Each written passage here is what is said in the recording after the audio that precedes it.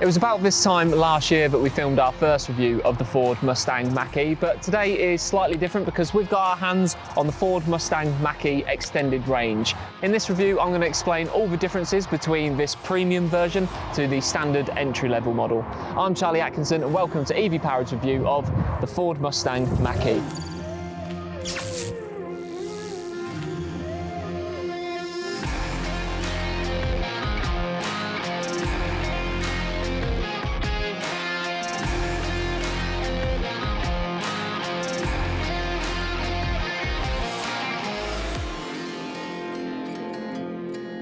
Now, one of the main differences, which you've probably already twigged, is the colour. This one is a nice, shiny, metallic red compared to the other slightly bluish grey that we had last year. And I do probably prefer the one last year, but this one's all right as well. And in terms of design differences, that's pretty much it.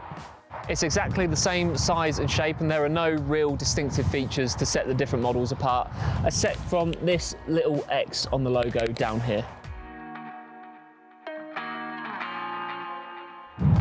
I've got to say, it is slightly bigger than I remember. I remember last year when we first looked at this car that it felt quite sleek and quite stylish, and that was partly thanks to this clever two-toning up here, which gives it that coupe styling. But this one feels much more SUV-like, and I don't know if that's anything to do with the colour, but yeah, it does feel much bigger than before. Still, it is a really good-looking car and probably one of my favourite looking EVs on the market today. Like I said, we have already reviewed the Ford Mustang Mach-E, and when it comes to the main differences, that's all about range and performance. So I'll just do a quick whistle-stop tour of the interior and then we'll get on to the more important stuff. So, first of all, you've got a really spacious interior with loads of great tech, including this massive infotainment screen and wireless charging for your phone. Loads of room in the back with plenty of legroom and headroom as well, with a nice view too. You've also got a massive boot with plenty of storage as well. And last but not least, you've also got a nice little frunk for all your charging cables as well.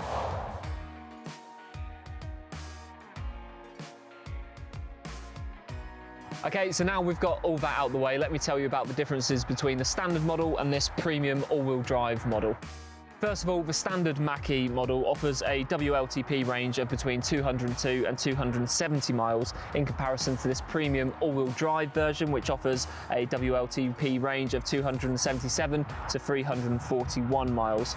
A GT version is also available as well, which will offer a range of just over 300 miles. There is also a premium rear-wheel drive extended range model, which offers a greater range of up to 372 miles, but that does compromise in certain aspects, which we'll come on to later.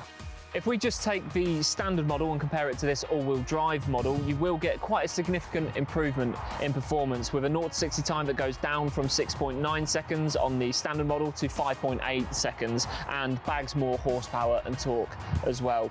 This all-wheel drive version is also a bit quicker than the rear-wheel drive version, which is why that one has a slightly better range.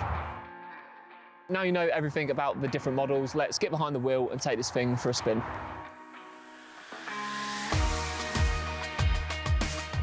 Now, we have had a few technical problems filming today. My microphone's not working with my camera, so apologies for that first of all, but let me tell you all about the Ford Mustang Mach-E X.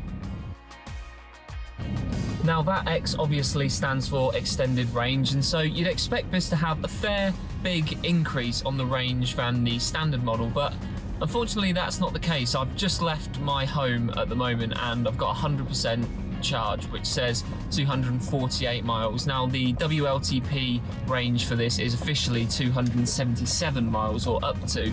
So we're a little bit short on that at the moment. And we are filming today, it is quite cold, so maybe that's a factor.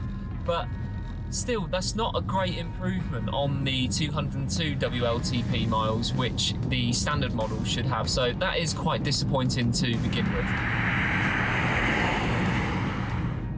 I have noticed as well that there's quite a big drop off in miles. You do get through the miles quite quickly on this. Now, as part of this review, I had to do a 250 odd mile round trip from Northampton, where I live, to Manchester Airport, and I did notice that the range was going down quite rapidly, and that was even driving quite conservatively. Now, that WLTP range of 277 miles should have been more than enough to cope with that journey, but I did have to stop for quite a reasonably long charge just to recoup about 100 miles or so, just for that peace of mind to get home. So that is quite disappointing, but you do, even in your normal driving mode, the active driving mode. Now, just a little side note, there are 3 different driving modes on this car. You have the Whisper, which is Ford's eco mode equivalent. You have the active, which is your normal everyday driving mode, and you have the brilliantly named Untamed mode, which is Ford's sport mode equivalent. So even in your everyday driving mode, you do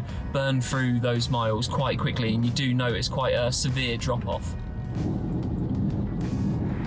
Now, as I mentioned earlier, it's not all about range. With this all-wheel drive premium Mach-E X, you do also have an improvement in performance. You shave a couple of seconds off your 0 to 60 time, but it's not enough to sort of knock your socks off and make you really sit back and take notice. I mean, having driven both, it feels a little bit sharper, a little bit more nimble, but nothing too drastic. It doesn't completely reinvent the wheel, if you like. Now, if you obviously go up to the Ford Mach-E GT version, which has a 0 to 60 time of just under 4 seconds, and that is going to feel much quicker and is going to feel like the true sportier version to this. But when you compare just the all-wheel drive version to the standard Select Mach-E model, it feels a little bit quicker. It feels like it's got a bit more poke behind it, but it's not too, it doesn't really blow you away. Having said that though, the experience of being behind the wheel of the Ford Mustang Mach-E X is still lovely. Don't get me wrong, you still have a great range and the performance is really good as well. But just inside the cockpit, you've got an amazing infotainment screen, which is really interactive and really engaging, and helps on those long drives to keep you occupied whilst paying attention to what you're doing, obviously. But as well as that, you've got loads of handy features such as adaptive cruise control, and you can control everything on your steering wheel as well. So it still is nice being behind the wheel of this thing. It is still a pleasant drive whenever you step into it.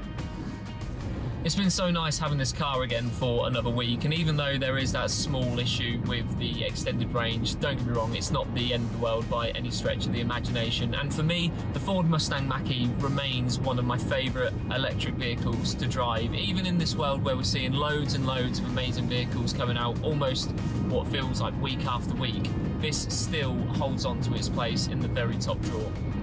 I think I've made it pretty clear how I feel about this car. It's an absolute joy, from the way it drives to its spacious interior and its massive range as well. It's really hard to find any fault with this thing at all. Now, the big question mark over this premium all-wheel drive version is the price. Is it worth an extra £15,000 to have a slightly better range and a slight improvement on performance?